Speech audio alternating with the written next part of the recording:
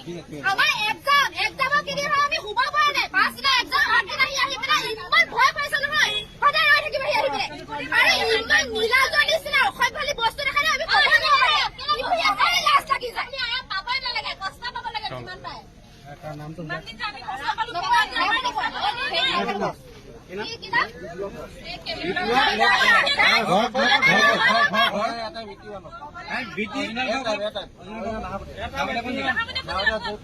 जयपुर साहिल ठीक है जयपुर साहिल